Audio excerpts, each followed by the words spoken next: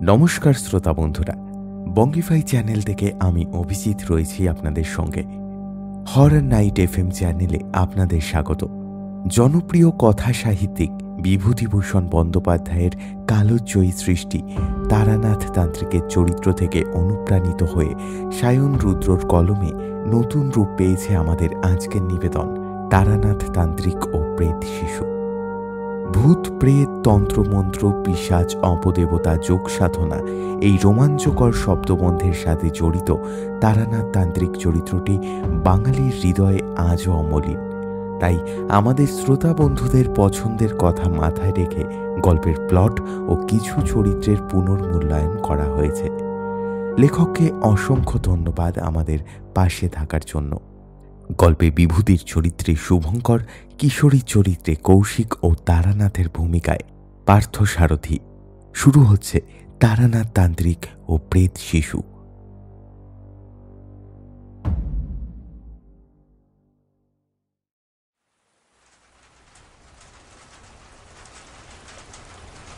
আচ্ছা ঠাকুরমশাই, আপনার কি কখনো মনে হয়েছে যে আপনি ভুল করেছেন?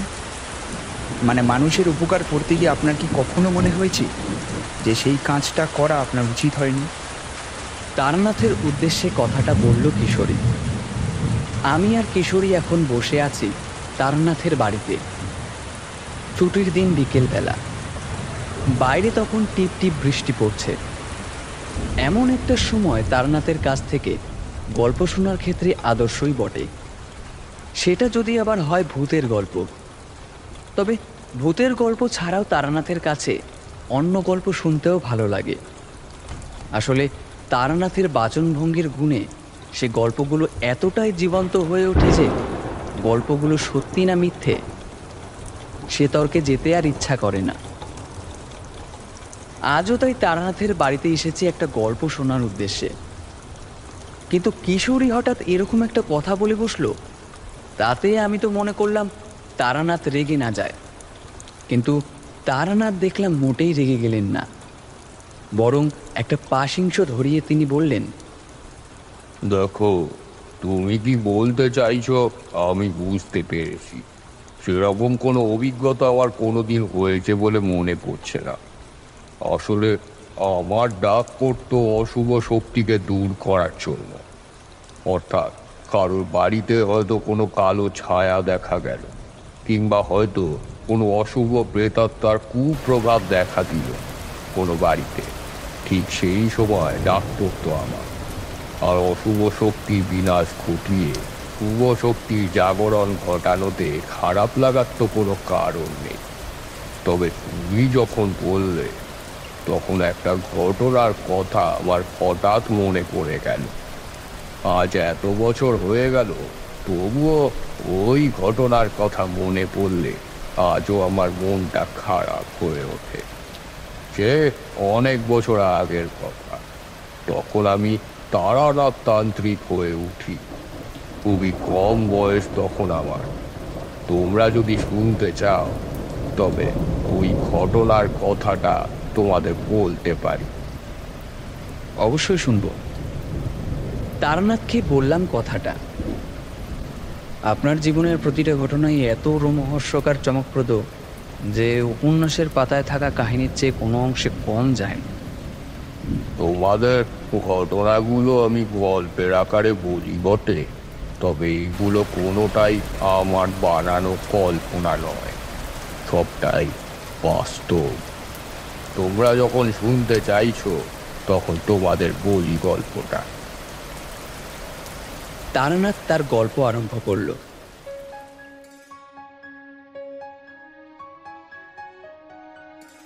তখন আমি খুব ছোট, বয়সটা তখন ঠিক মনে নেই, তবে হয়তো 13-14 বছর বয়স হবে।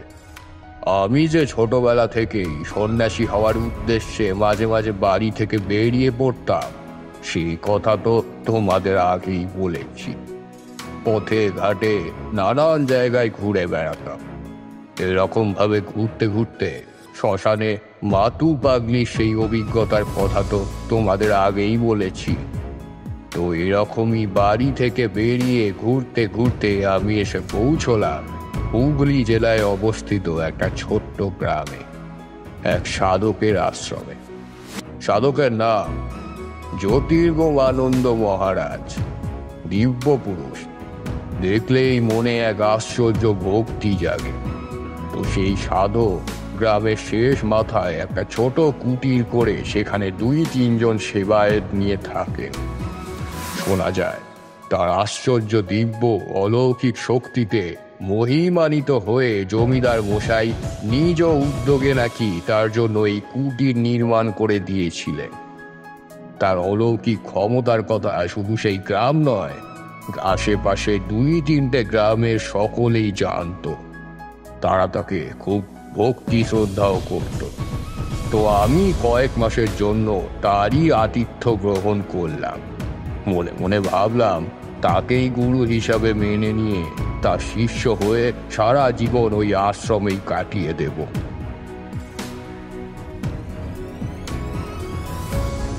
কিন্তু ভগবানের হয়তো সে ইচ্ছা ছিল না।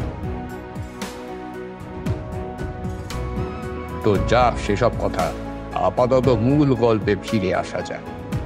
তবে তার আগে জ্যোতির্গমানন্দ মহারাজের চেহারা সম্পর্কে একটু তোমাদের বলে নি। বাবার উচ্চতা প্রায় 6 ফিট, সুঠাম দেহ, সুস্বাস্থ্যের অধিকারী, মাথায় কাঁচা পাকা চুল, পরনে ধুতি আর গায়ে একটা মোটা শাল জড়ানো থাকত। গৌরবর্ণ, গলায় সাদা পইতে। তার দিব্য চেহারা আর অলৌকিক ক্ষমতার কারণে আশেপাশের গ্রাম থেকে অনেক মানুষই তার কাছে ছুটে আসতেন। মহারাজ কখনো তাদের সমূহ বিপদ থেকে উদ্ধারের উপায় বলে দিতেন, কখনো তাদের ভবিষ্যৎ গণনা করে বলে দিতেন। আর মহারাজের বলা সমস্ত কথাই প্রায় সবসময় নির্ভুলই হতো। গ্রামবাসীরা কখনো মহারাজের জন্য দান সামগ্রী নিয়ে আসতেন, কখনো তারা ফলমূল বা খাদ্য উপকরণ নিয়ে আসতেন, আবার কখনো বা পরনের সামগ্রী নিয়ে আসতেন।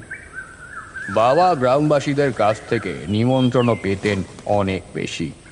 কখনো কোনো গ্রামবাসী ছেলের অন্নপ্রাশন হলো বা কখনো কারোর পৈতে অনুষ্ঠান হলো, সবেতেই বাবার নিমন্ত্রণ থাকতো। তো এরকমই একদিন মধ্যবয়স্ক ভদ্রলোক এসে সাষ্টাঙ্গ হয়ে ভক্তি ভরে বাবাকে প্রণাম করলেন। বাবা তখন কুটিরে খাটিয়ার উপর বসে তামাক টানছিলেন। আরে করালি, ওঠো ওঠো, তা খবর সব কুশল তো? খবর খুব ভালো বাবা, আমার ঘরে পুত্র সন্তান হয়েছে। উঠে দাঁড়িয়ে বাবাকে কথাটা বললেন করালি বাবু। পরে জেনেছিলাম এই করালি বাবু ছিলেন সেই গ্রামের মোড়ল মশাই। তাই তো অতীব সুসংবাদ। তামাকটা আশ্রমের এক সেবায়েতের হাতে দিয়ে করালি বাবুকে কথাটা বললেন জ্যোতির্গমানন্দ মহারাজ। বাবা, আপনার কাছে একটা মিনতি আছে।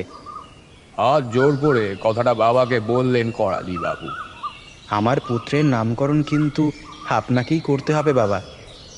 ঠিক আছে, সে না হয় করব, বললেন জ্যোতির্গমানন্দ বাবা। কিন্তু নামকরণ অনুষ্ঠান তো 10 দিন পরে হয়। সেদিনই না হয় তোমার ছেলের নামকরণ করব। আপাতত চলো তোমার ছেলেকে দেখে আসা যাক। সদ্যজাত শিশু ভগবানের আর এক রূপ হয়, তাকে 2 চোখ ভরে দেখাও, অতি পুণ্যের কাজ। এ তো পরম সৌভাগ্য বাবা। হাসি মুখে কথাটা বললেন করালি। আপনার পায়ের ধুলো পড়বে আমার বাড়িতে, এ তো ভেবেই আমার মন আনন্দে ভরে উঠছে। করালি বাবুর বাড়িটা আশ্রম থেকে বেশি দূরে নয়। বাবা জ্যোতির্গমানন্দের সাথে করালি বাবুর বাড়িতে গেলেন তার এক সাক্ষাৎ আর আমি বাবার আশ্রমে অল্প দিন হলো আসলেও আমার প্রতি বাবার একটা স্নেহবোধ তো জন্মেছিল।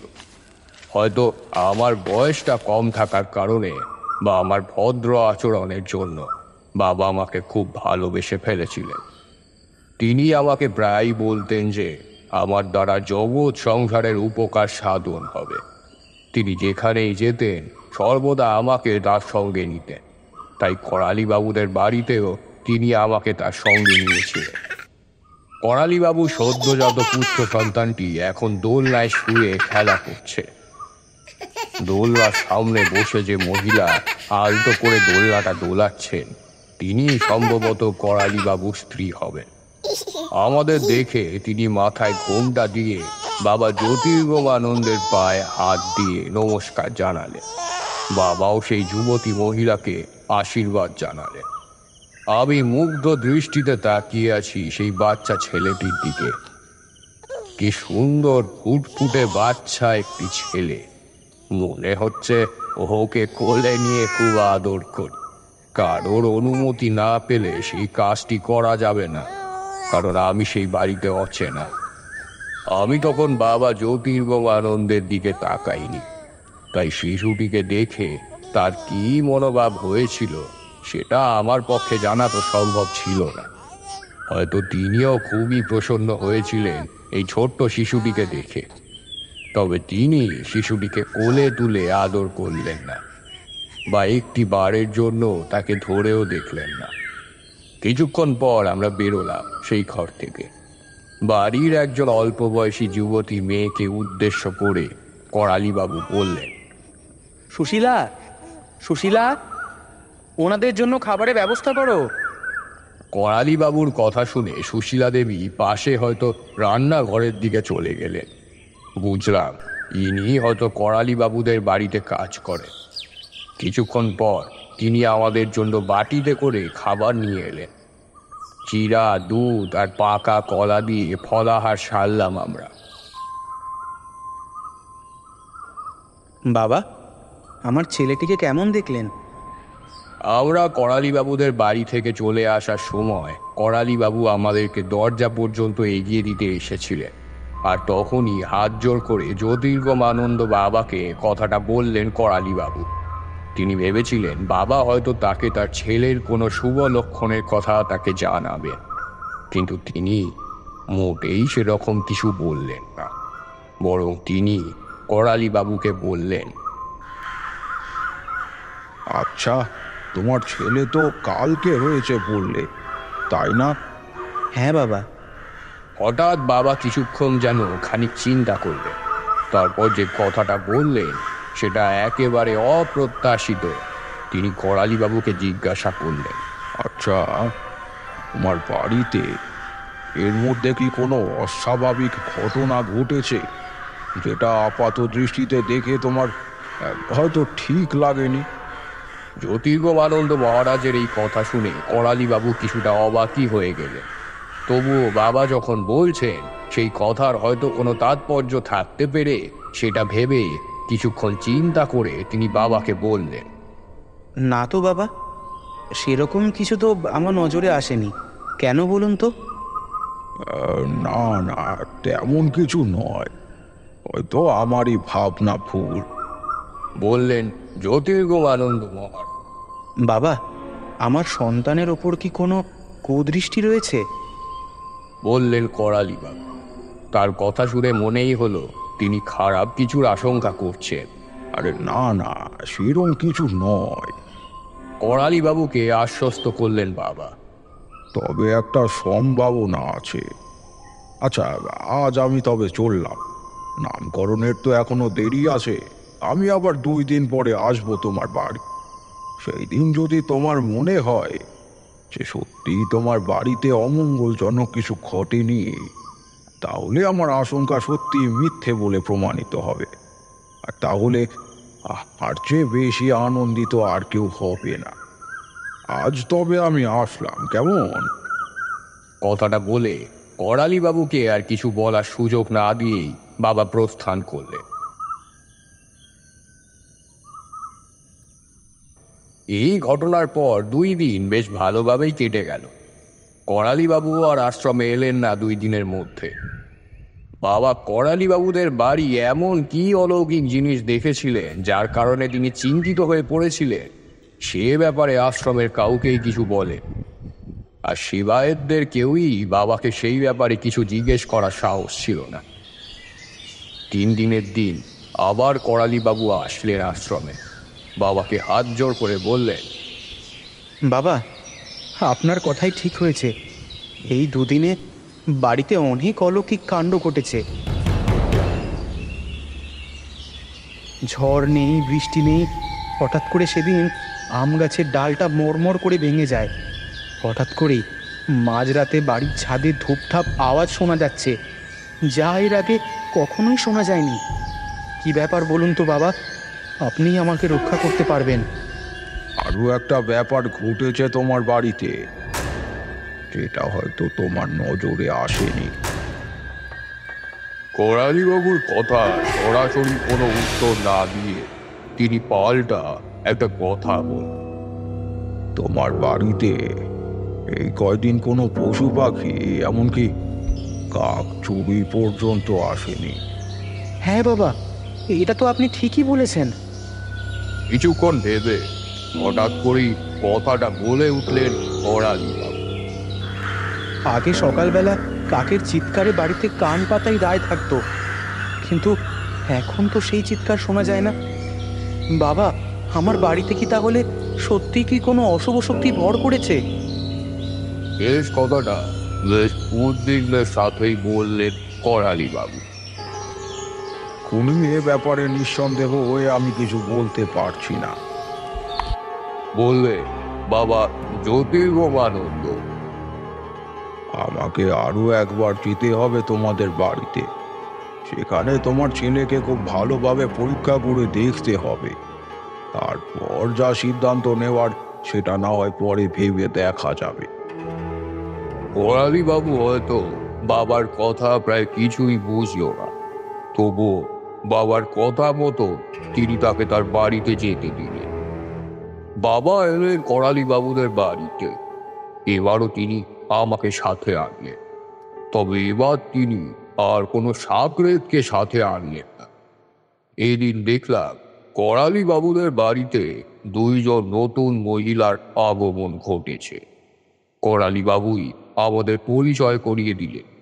মধ্যবয়স্কা মহিলাটি করালিবাবুর শাশুড়ি এবং যুবতী মহিলাটি তার স্ত্রীর বোন মহিমা। বাবা আতুর ঘরে গিয়ে ভালোভাবে পরীক্ষা করলেন সেই শিশুটিকে।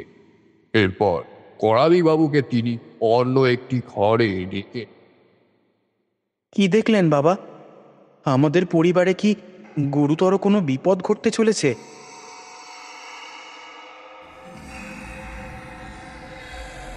করালি, আমি তোমাকে একটা কথা বলতে চাইছি, কিন্তু কি যে বলবো ভেবে উঠতে পারছি না। আপনি যা বলার আপনি নিঃসংকোচে বলতে পারেন।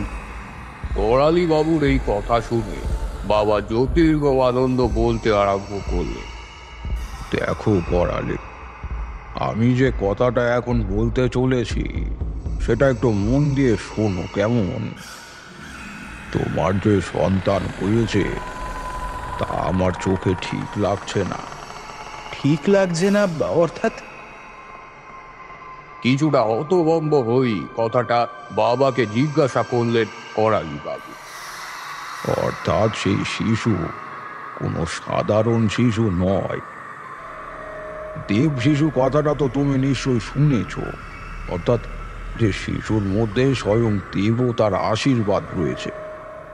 জন্মাবস্থায় সকল শিশুই দেব শিশু থাকে, এ কথা হয়তো ঠিক, কিন্তু অনেক সময় এর কিছু ব্যতিক্রম ঘটে থাকে, আর তখন সেই শিশু দেব শিশু না হয়ে তখন হয়ে ওঠে অসুর শিশু। ভয়ানক দুষ্ট আত্মাদের ছায়া থাকে সেই শিশুর ওপরে। সেই শিশু হয়ে ওঠে অপয়া, অমঙ্গলজনক। তার মানে আপনি বলতে চাইছেন আমার সন্তান? কথাটা বলতে গিয়েও বলতে পারলেন না করালিবাবু। ঠিকই ধরেছ তুমি, বললে বাবা জ্যোতির্গমানন্দ। তবে এরকম ঘটনা ঘটে কয়েক বছরে একবার। রাক্ষস কুলে মারা যাওয়া কোনো অসুর জন্ম নেয় এই ধরিত্রীতে। তখন এই ধরিত্রী আবার অশান্ত হয়ে ওঠে, হংসলীলাতে মেতে ওঠে সে। তোমরা তো মহাভারত সম্পর্কে জানো, নিশ্চয় জেনে থাকবে।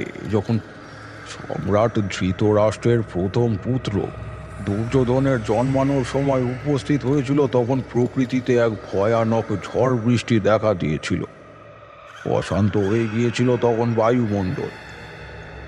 তাদের কুলগুরু কৃপাচার্য তখন বিধান দিয়েছিলেন প্রথম সন্তান জন্মানোর সাথে সাথে তাকে হত্যা করতে, নয়তো এই সমাজে ঘোর অমঙ্গল আর অনাচারের সৃষ্টি হবে।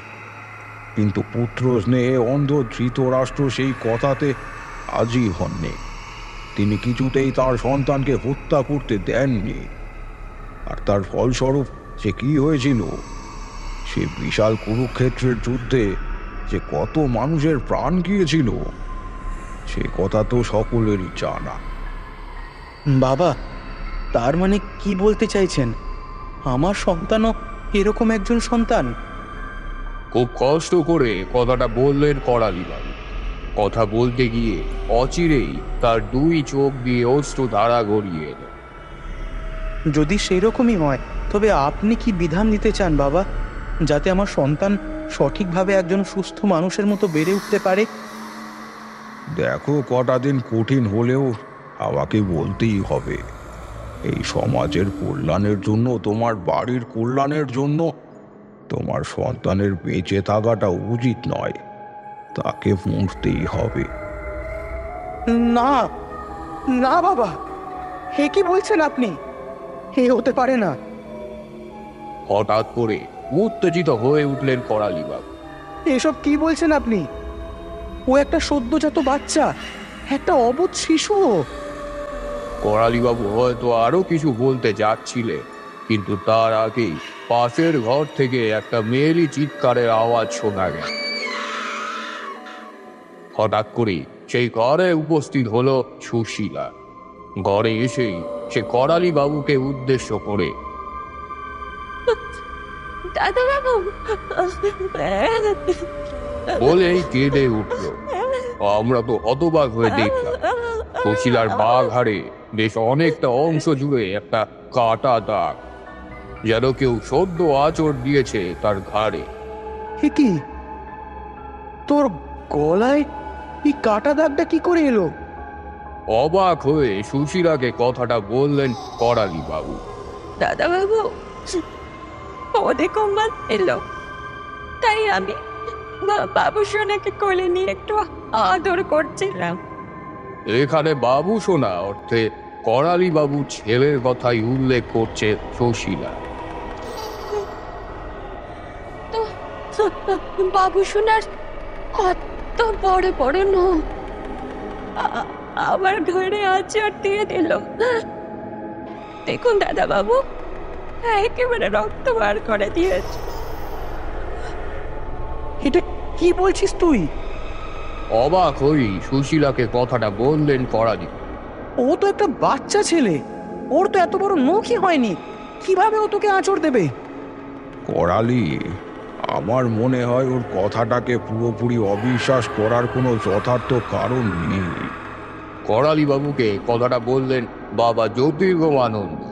পুরো ব্যাপারটা বিশ্বাস করতে গেলে আমাদের একটু পাশের ঘরে গিয়ে দেখতে হবে। বাবার কথায় করালিবাবু, বাবা, আমি এবং সুশীলা চারজন গেলাম আতুর ঘরে। গিয়ে দেখলাম করালিবাবুর স্ত্রী তখনও ঘুমোচ্ছে। হয়তো খুব ক্লান্ত ছিল, তাই এত কিছুর পরেও তখনও তার ঘুম ভাঙে। করালিবাবু ছেলেটি তখন দোলনায় শুয়ে আছে। তার ডান হাতের মধ্যমা সে নির্দেশ করে আছে কিছুটা দূরের দেওয়ালের একটা বিশেষ দিকে। সে কোনো এক অজানা বস্তুর দিকে অঙ্গুলি নির্দেশ করে খিলখিল করে হাসছে। কোন জিনিসের দিকে তাকিয়ে যে সে হাসছে সেটা আমরা কেউই বুঝে উঠতে পারলাম। আমরা সকলেই অবাক হয়ে গেলাম সেই শিশুটির হাতের নখ দেখে। তার হাতের নখগুলো যেন স্বাভাবিকের তুলনায় কিছু অস্বাভাবিক রকমেরই বড়। কোনো সদ্যজাত বাচ্চার এত বড় হাতের নখ আমি আগে কখনো দেখিনি। বাচ্চাটা যেদিকে ইশারা করে হাসছে সেই দিকেই শুধু দেওয়াল ছাড়া আর কিছুই নেই। হঠাৎ করে আমাদের দেখে বাচ্চাটার হাসি নিমেষের মধ্যেই থেমে গেল।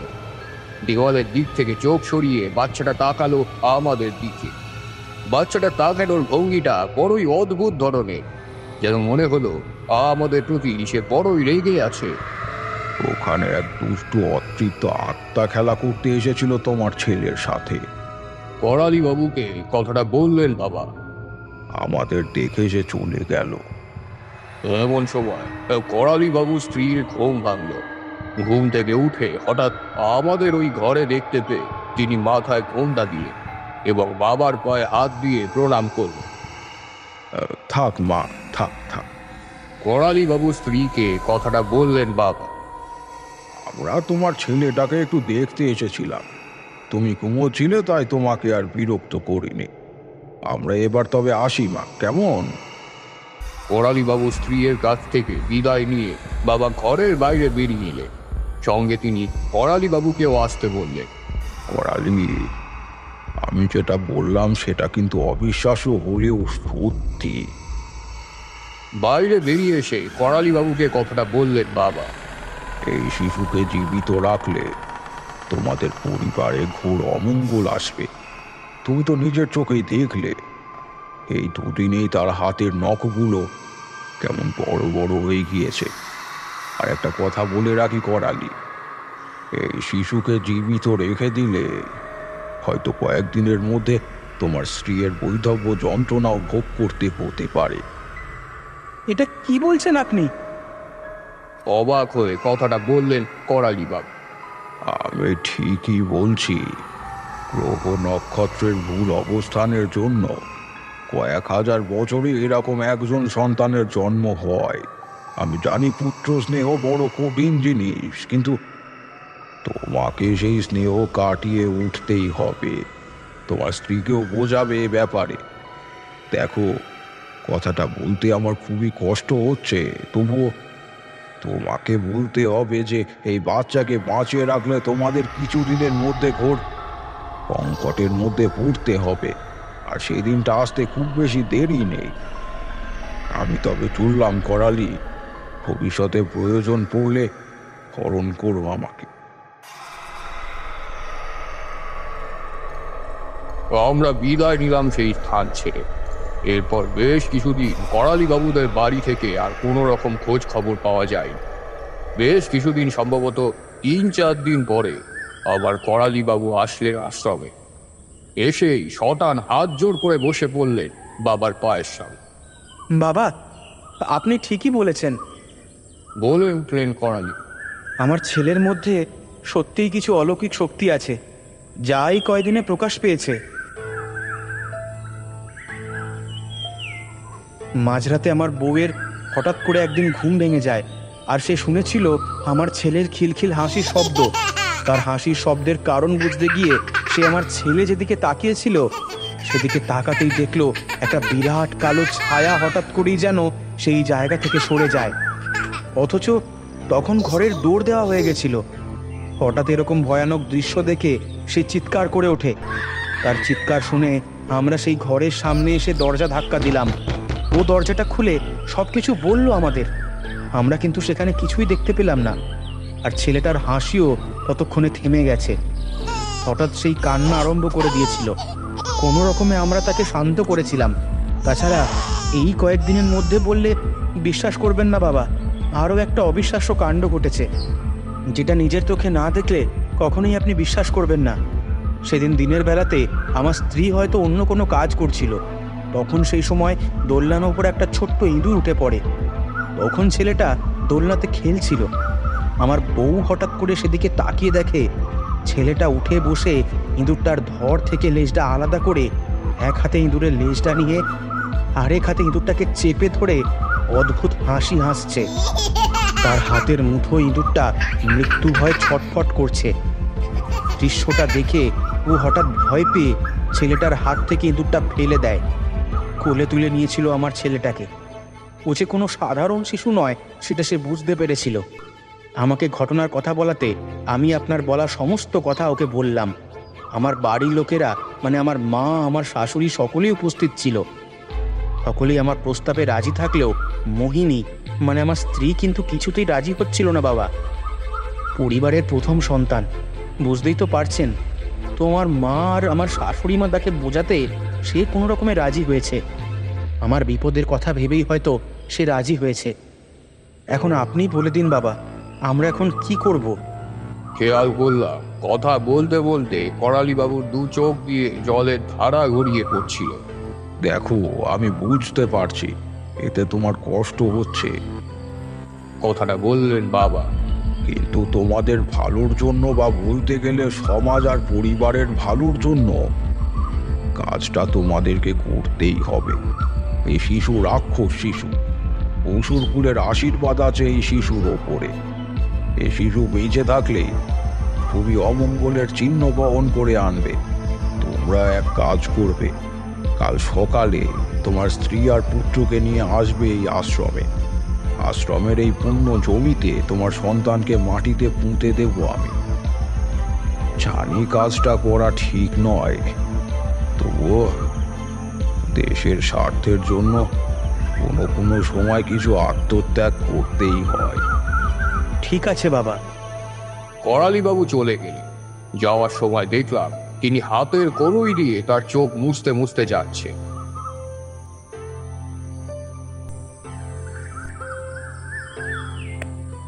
পরের দিন সকালবেলা বাবা তখন আশ্রমের ঘরেতে বসে প্রাতঃযোগ করছেন।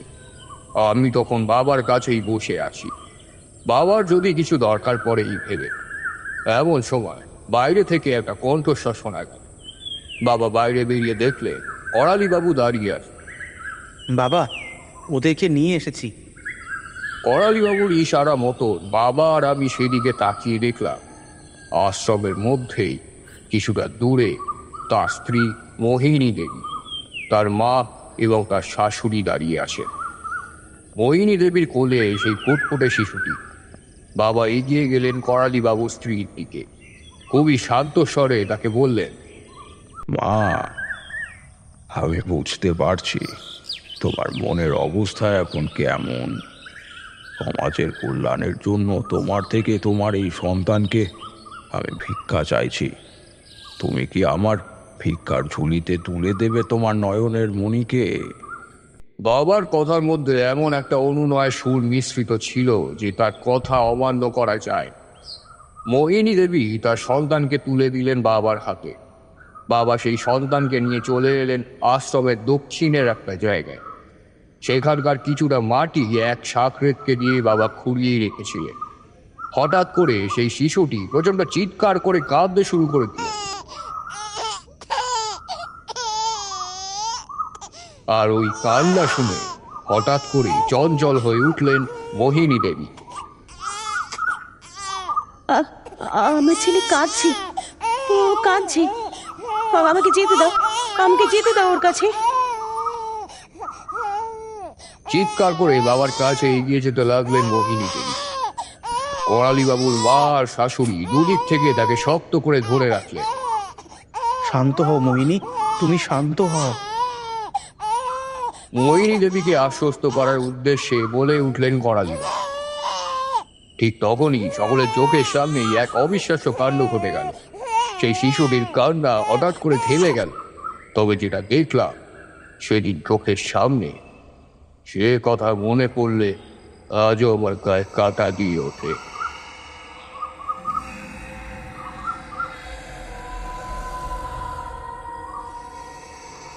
সেই অবোধ শিশুর মুখ থেকে হঠাৎ করেই ভারী একটা কণ্ঠস্বর শোনা গেল। তুই আমাকে মেরে ফেলবি? এত বড় সাহস তোর? হঠাৎ করেই বাবা দুই হাত দিয়ে ধরে থাকা সেই শিশুটি প্রায় এক প্রকার উঠে দাঁড়িয়ে দুই হাত দিয়ে বাবার দাড়ি ধরে জোরে টান দিতে থাকলো। ওইটুকু শিশুর হঠাৎ এরকম আচরণে সকলেই বেশ হতভম্ব হয়ে গিয়েছিল। আর সেই শিশুটির গায়েও বেশ জোরে সঞ্চার হয়েছে বলেই মনে হলো, কারণ বাচ্চাটি ওইটুকু ছোট্ট দুটো হাতের আক্রমণে বাবা বেশ বিধ্বস্ত হয়ে গেছে বলেই মনে হলো, কারণ বাবার মুখ থেকে যন্ত্রণার একটা আর্তনাদ বেরিয়ে। ঘটনার আকস্মিকতায় সকলেই বেশ হতচকিত হয়ে গেলেও কয়েক মুহূর্তের মধ্যে বাবা সাকরেতরা চলে এলো বাবাকে উদ্ধার করতে। একজন সাকরেত বাবাকে সেই শিশুটির হাত থেকে উদ্ধার করার চেষ্টা করতে লাগলো, আর একজন সেই শিশুটিকে জোর করে নেওয়ার চেষ্টা করতে লাগলো। এক সময় এক সাকরেত তাকে জোর করে কোলে নিয়ে তার কোলের মধ্যে শিশুটি প্রচণ্ড জোরে লাফালাফি করতে লাগ আর অদ্ভুত বিকট রকমের আওয়াজ করতে লাগ। শীঘ্র চলো, ওকে কবর দেওয়ার ব্যবস্থা করতে হবে, বললেন বাবা জ্যোতির্গমানব। এই ছোট শিশুটির এরকম কাণ্ড দেখে করালি বাবুরাও অবাক হয়ে গিয়েছিলেন। বাবার পেছন পেছন আসলেন সেই সাকরেদ, যার কোলের মধ্যে এখন প্রচণ্ড রকমের লাফালাফি করছে সেই শিশুটি। হঠাৎ দেখলাম বাবা মনে মনে একটা মন্ত্র উচ্চারণ করতে করতে সেই সাকরেদের কাছ থেকে নিজের কোলে নিয়ে নিলেন সেই শিশুটিকে। হঠাৎ করে সেই শিশুটি আবার গগনভেদী কান্না আরম্ভ করল। এইটুকু শিশুর এরকম কান্নাতে সকলেরই মন গলে যাওয়ার কথা, কিন্তু বাবা দেখলাম সেই শিশুটিকে নিয়ে মাটিতে বসে পড়ল আর মনে মনে তখন কি একটা মন্ত্র উচ্চারণ করছে। আকস্মিকভাবে যে শিশুটি শান্ত হয়ে গেল, একদম শান্ত, কোনো কান্না নেই, কোনো চিৎকার, যেন ঘুমিয়ে পড়েছে। করালিবাবু আর তার স্ত্রীর মনের অবস্থা তখন যে কি হচ্ছে সেটি কারোরই অজানা নয়। বাবা সেই খুঁড়ে রাখা জায়গাটায় সেই শিশুটিকে রেখে দিয়ে এবং তার সাকরেদদের মাটি চাপা দিয়ে দিতে বললেন। সাকরেদরা বাবার কথা মতোই কাজ করলেন। একজন সাকরেদ একটা তুলসী গাছের টব এনে সেই সদ্য বোঝা মাটিতে বসিয়ে দিয়ে কাজ শেষ হয়ে গেলে বাবা করালিবাবুদের কাছে গেলেন এবং বললেন, করালি, তোমার ছেলে এখন ভগবানের সংস্পর্শে আছে, শান্তিতে ঘুমিয়ে আছে, চিন্তা করো না, হয়তো ভগবানের এইটাই ইচ্ছে ছিল। একটা কথা মনে রেখো, পৃথিবীতে সমস্ত কাজই সুখকর হয় না। জগতের হিতের জন্য কখনো কিছু বলিদান কাউকে দিতেই হবে। আজ তোমার নিজেদের স্বার্থ ত্যাগ করে যে মহৎ কাজ করলে, তার জন্যে ভগবান তোমাদের প্রভূত কল্যাণ করবেন, এই আশা আমি রাখি। বাবার কথায় করালিবাবু কিছু বললেন, হয়তো তার মধ্যে বলার কোনো ভাষা ছিল। বাবাকে প্রণাম করে তারা প্রস্থান করলেন সেই স্থান।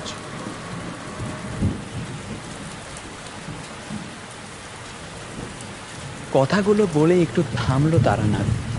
হয়তো সেই কথাগুলো হঠাৎ মনে পড়ে যাওয়াতে তার মন তখন কিছু ভারাক্রান্ত হয়ে গেছে। কিছুক্ষণ পর তিনি বললেন, এই ঘটনার পর আমি আর কয়েক মাস ছিলাম সেই আশ্রমে। সেই সময়ের মধ্যে আর কোনোদিন আসেননি করালিবা।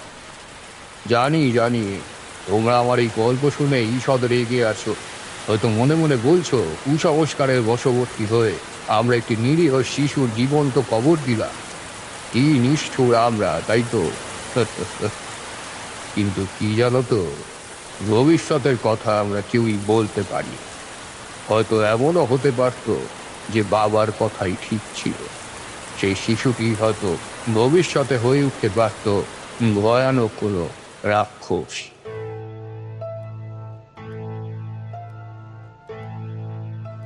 তারানাথের কথা থামল। বাইরে তখন বৃষ্টি থেমে গেছে। আমাদেরও উঠতে হবে, অনেকটা রাত হয়ে গেছে।